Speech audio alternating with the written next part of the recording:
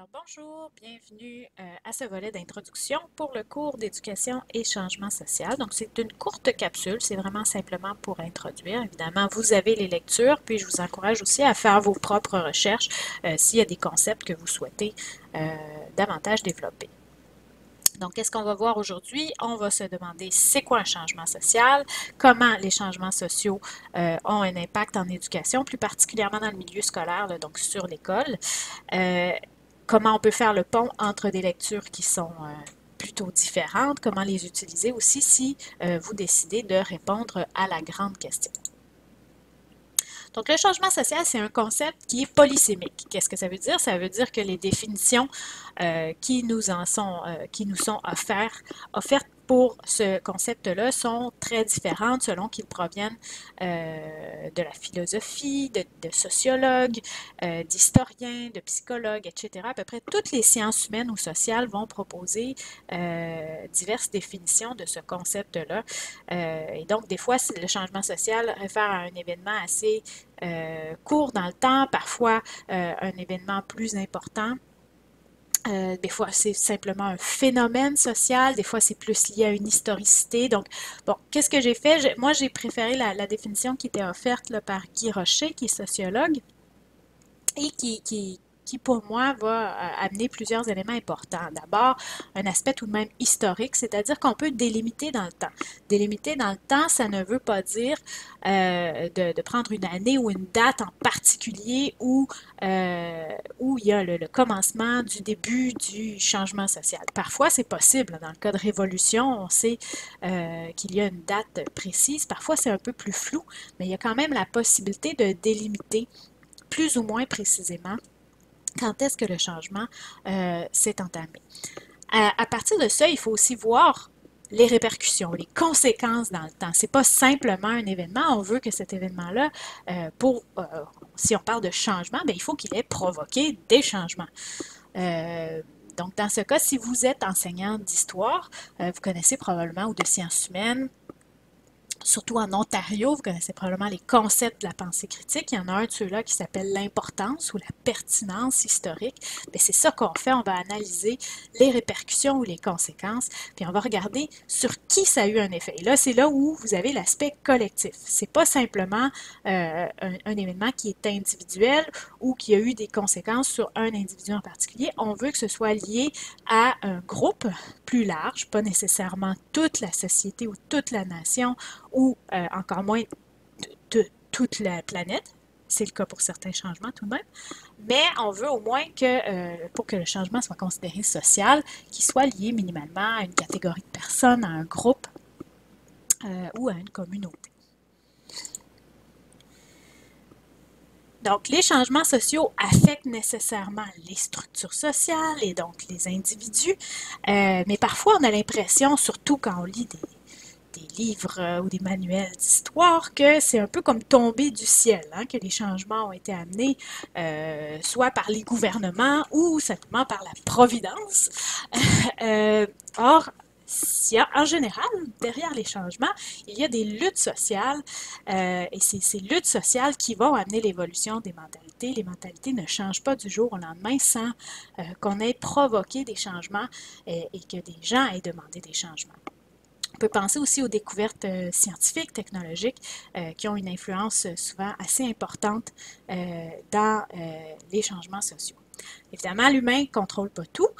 Si on regarde les changements comme les catastrophes naturelles, bon, on pourrait penser que l'être humain a parfois un rôle à jouer, comme c'est le cas dans le cadre des changements climatiques. Mais des fois, c'est vraiment incontrôlé.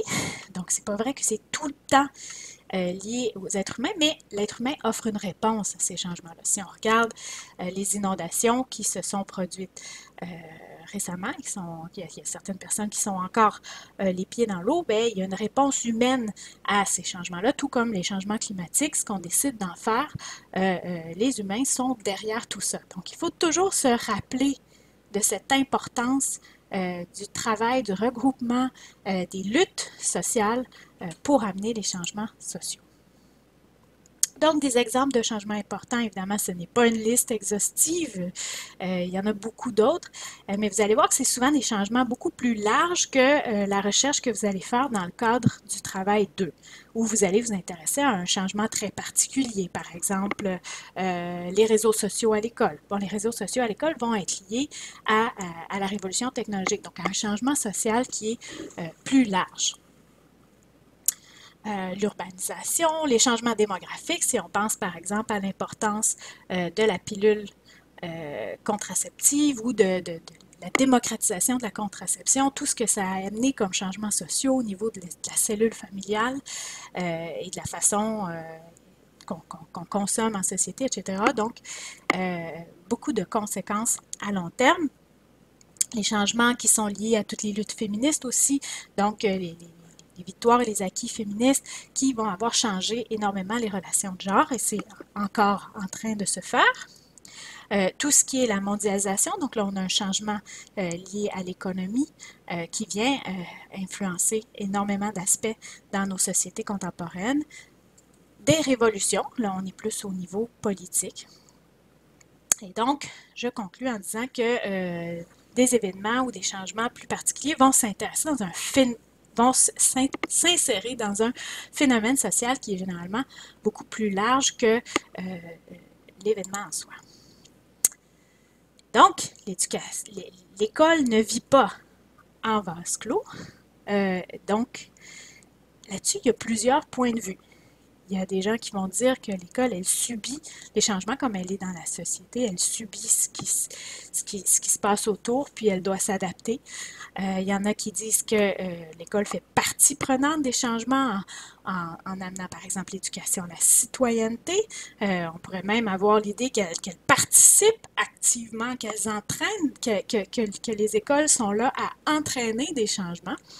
Mais pour plusieurs, et vous allez voir ça beaucoup dans les textes, on va considérer que les institutions éducatives sont quand même à la remorque des changements ou vont tarder à y répondre efficacement.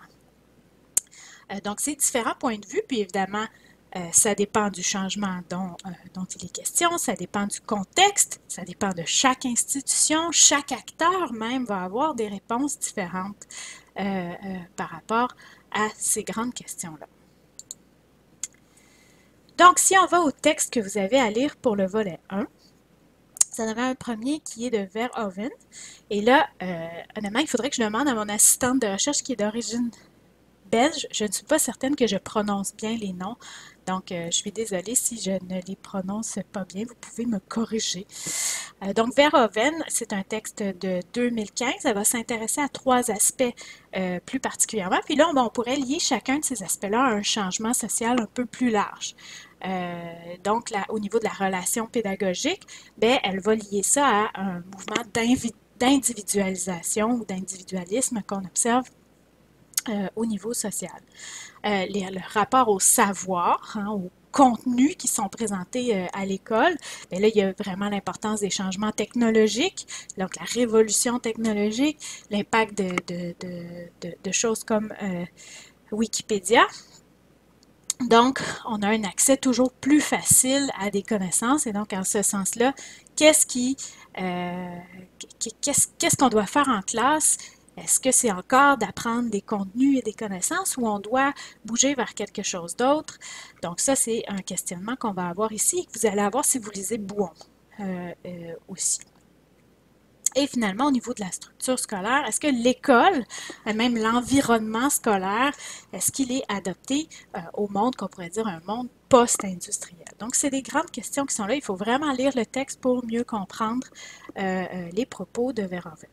Si on fait le lien entre les textes, donc Verhoeven, elle va regarder les changements sociaux majeurs et elle amène aussi beaucoup de critiques et de regarder qu'est-ce qui est considéré à l'école comme désuet.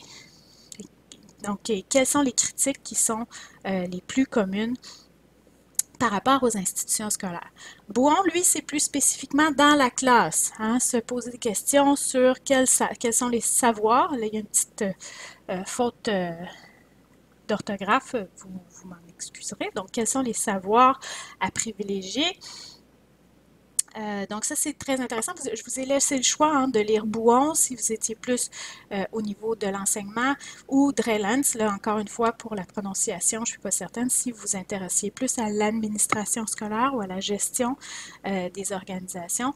Donc, vous avez 2 textes. Si vous voulez lire les 3 textes, tant mieux pour vous. C'est toujours intéressant. Les 3 sont intéressants.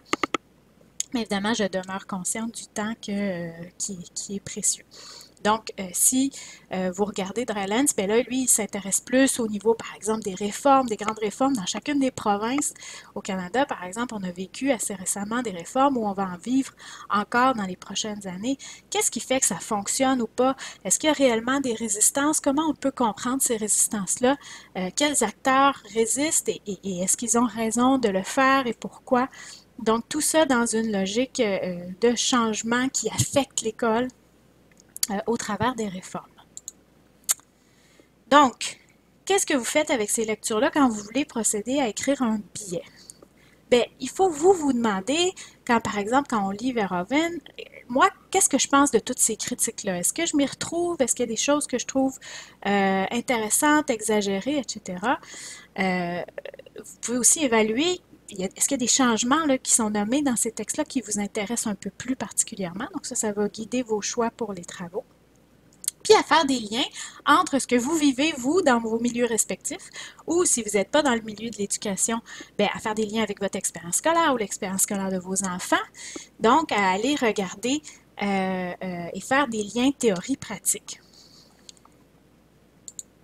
Donc, la grande question, elle est ici. Quel est selon vous le plus grand défi actuellement en éducation? De quelle manière on peut envisager de le relever ou du moins d'entamer des changements au sein des institutions scolaires?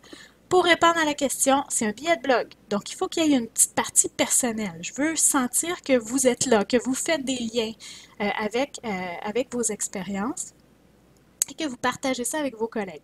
Évidemment, les liens, il faut être capable de les faire aussi avec les textes. Donc, vous devez faire référence aux lectures en utilisant le mode de citation APA. Donc, vous avez tous les détails dans votre plan de cours. À partir d'ici, qu'est-ce que vous faites? Si vous n'avez pas lu les lectures, c'est vraiment important de les faire.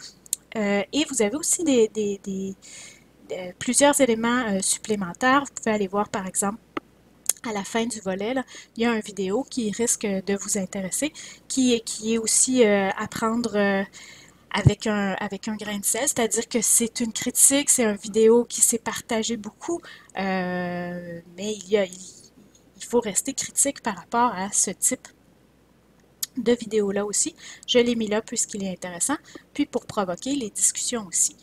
Je vous souhaite de vous amuser au travers de ces lectures-là et d'apprendre des choses. Et j'ai très hâte de vous lire à la fin du volet. Donc, voilà, si vous décidez de publier un des volets, parce que vous en avez 2 à publier au cours des 5 volets qu'on a dans ce cours.